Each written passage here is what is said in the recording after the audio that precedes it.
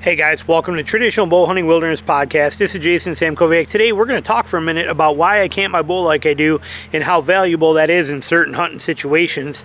We're also going to dive in a little bit on being able to shoot different positions with that bow and what that benefits you. If you're a vertical bow shooter, shoot straight up and down, there's nothing wrong with that, but that's going to limit you in a lot of opportunities. So if you are a vertical bow shooter, it's important to also learn how to shoot that bow canted and be able to make those changes and be able to ultimately the goal, which I struggle with vertical. I can shoot vertical, but I struggle with it to a point where I don't feel comfortable hunting with it. I should practice it more, but realistically, there's so limited opportunities where I need to shoot vertical.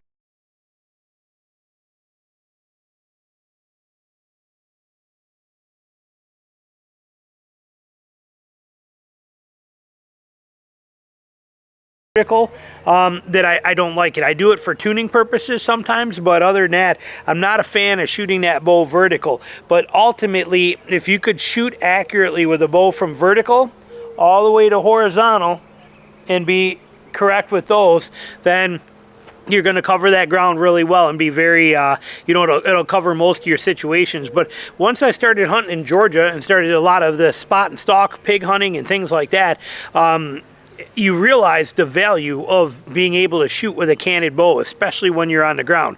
Now, I've always shot this way, but I shot that way because it was what was natural and pointed well and felt good for me. I have never liked being a vertical shooter. I never, ever felt comfortable with that at all.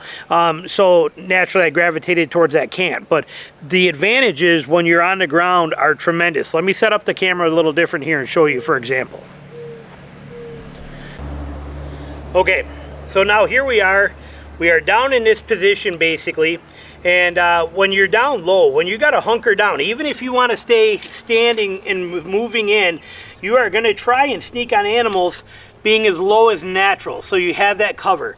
So you're going to come in, if you are in a vertical position and you're moving and you run into a log, I mean, you see how low that bow tip is as we're trying to sneak in and stay in cover. That bow tip is way down there. If I run in and encounter logs or anything that's there I got to get over, I have to do all of this to constantly get over stuff, or I have to roll it to move it because of obstacles that you have on the ground. You're sneaking along, you got to step over stuff. That bow has to come with you. Shooting in a canted position and being in this natural position, I have that off the ground, so it moves in, everything is much smoother as I go, and I can get lower, okay? If I have to shoot and I'm kind of hunkering down and I'm just in palmetto or whatever I'm in here, if I'm vertical, I'm here, and I have to deal with that is that lower limb right there on the ground. I'll back up where you can see it. That lower limb on the ground limits me to how low I can get down in there to shoot. Also, if you are on your knees, for example, as a vertical shooter, and again, nothing wrong with being a vertical shooter, but learn to shoot canted if you are a vertical shooter. Like I said, best thing you can do is know how to shoot from everywhere from here all the way to here. If you can shoot that bow in any of those positions, win-win all the way around for you. But with this in this position, if I'm here and I'm ready and I got deer that are coming by and they're going to sneak by, or pigs that are coming by, even to get over to them, my knee is in the way. I have to come way out to go around my knee. Okay, I have to do this to get around my knee, or I have to go over, which you wouldn't do. But if I'm thinking I'm going to shoot them here as a vertical shooter and I'm hiding behind my bow and they get past me, I can't shoot. My leg is in the way, and I have to either tip it to go out and around. All this bow movement that's happening here is going to get you busted.